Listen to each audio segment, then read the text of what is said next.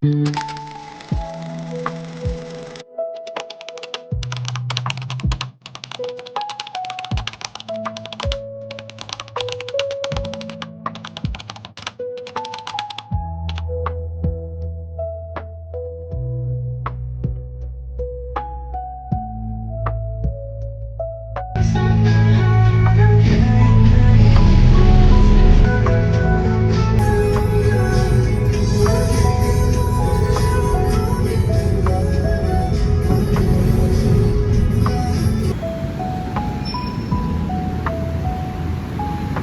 everyone, we're on the way at school and yes, galing pa akong work and wala pa akong tulog. Wala nang akong energy but still, we need to pursue our dreams. Kaya mag-aral ng mabuti. Let's go!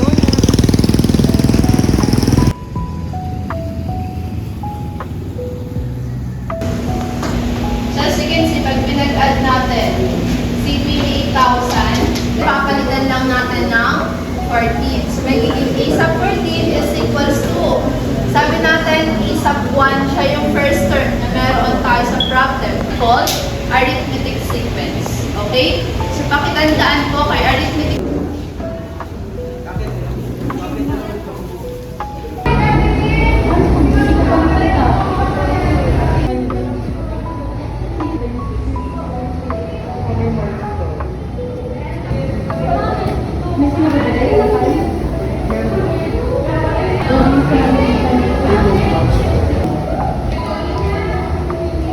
Meron siya color blue.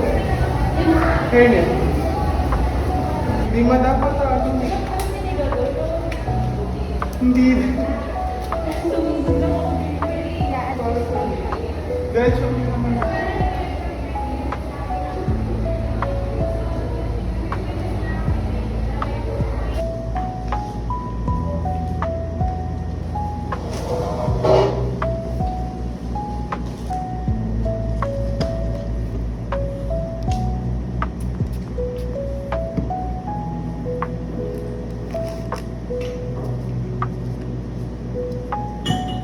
Wala mo na magre-prepare ng slide, ha?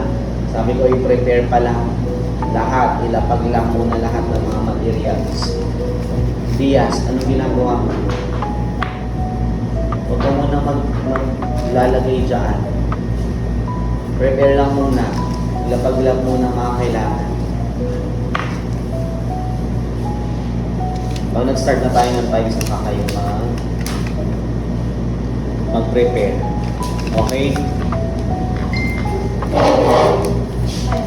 Ready na? Okay na? Okay na kayo? Okay? Sige. Ika lang. Okay, so let's start our laboratory practicum. Your laboratory in General Biology 1. So you are the second batch of M008. So let's start your practicum. So you have 10 minutes to start this. Timer starts now.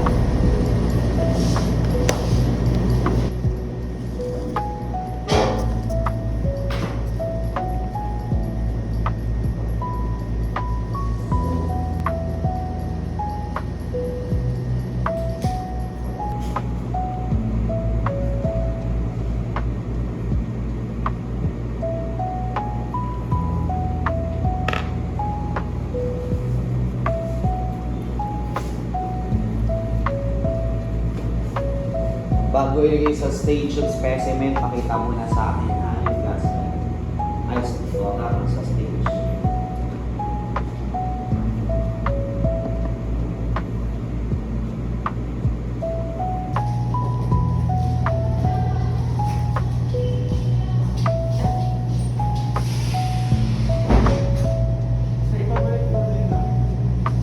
Balik nyo din yung takip.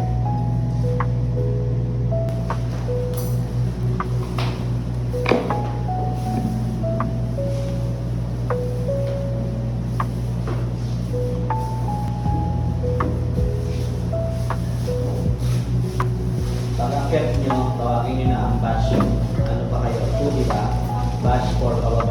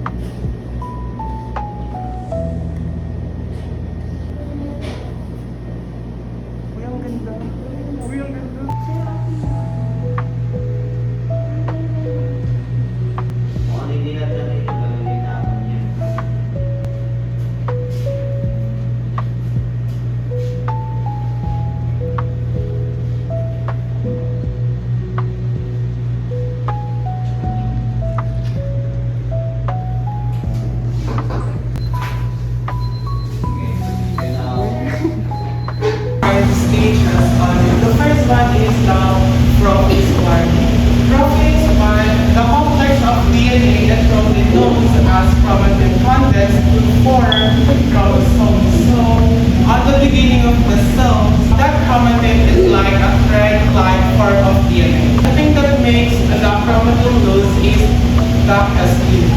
Histones is a kind of protein that helps the chromatin to form, organize, as well as to cooperate. And then, cell division, that is the time that this histone condense, which basically the membrane or the one who envelopes the chromatin. And once that histone condense, that is the time that it creates chromosomes, and that chromosomes became now visible. And then once the chromosomes became visible, it breaks.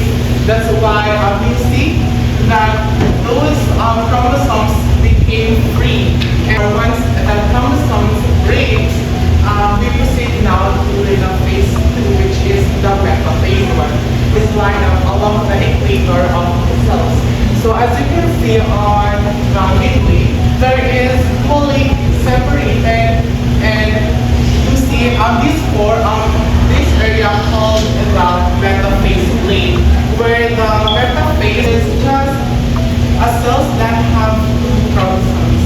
And as you can see on the metaphase, we see that the chromosomes are on the metaplane, and then on the anaphase, that is the time that those chromosomes split up. And as you can see, those chromosomes split in between, and these two holds the centroids. And that's the one who holds these splinter fibers that holds the chromosomes and pull it down to the opposite side of the cell wall. And then the telophase one is the phase where the chromosomes have finished moving to opposite ends of the cell. As you can, once those chromosomes is on their dedicated areas, that is the time that the cells split in half.